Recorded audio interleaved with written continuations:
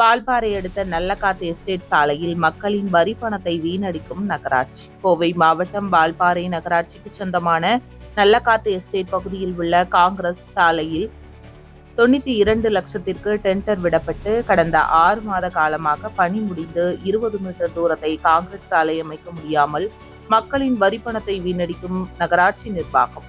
மேலும் அப்பகுதியில் தாயமுடி, ஆனைமுடி, ஹைபராஸ், தோணிமுடி, சோலையார் அணை, புதுக்காடு உள்ளிட்ட எஸ்டேட் பகுதிகளுக்கு பேருந்து இயக்கப்பட்டு வருகிறது. இதனால் பேருந்துகளின் கட்டு உடையப்பட்டு ஓட்டுநர்கள் மீது நிர்வாகம் நடவடிக்கை எடுக்கும் அவல நிலை உள்ளது. மேலும் அப்பகுதியில் சுற்றுலா தலங்கள் அதிக அளவில் இருப்பதால் சுற்றுலா வாகனங்கள் மற்றும் ஆட்டோ, 108 கனரக வாகனங்கள், இருசக்கர வாகனங்கள் செல்ல முடியாமல் தவித்து வருகின்றன. மேலும் அந்த சாலையை கடக்கும் போது சாலை விதிகளை மீறி வலதுபுறமாக போகாமல் இடதுபுறமாகவும் செல்ல வேண்டிய ஒரு அவல நிலை உள்ளது.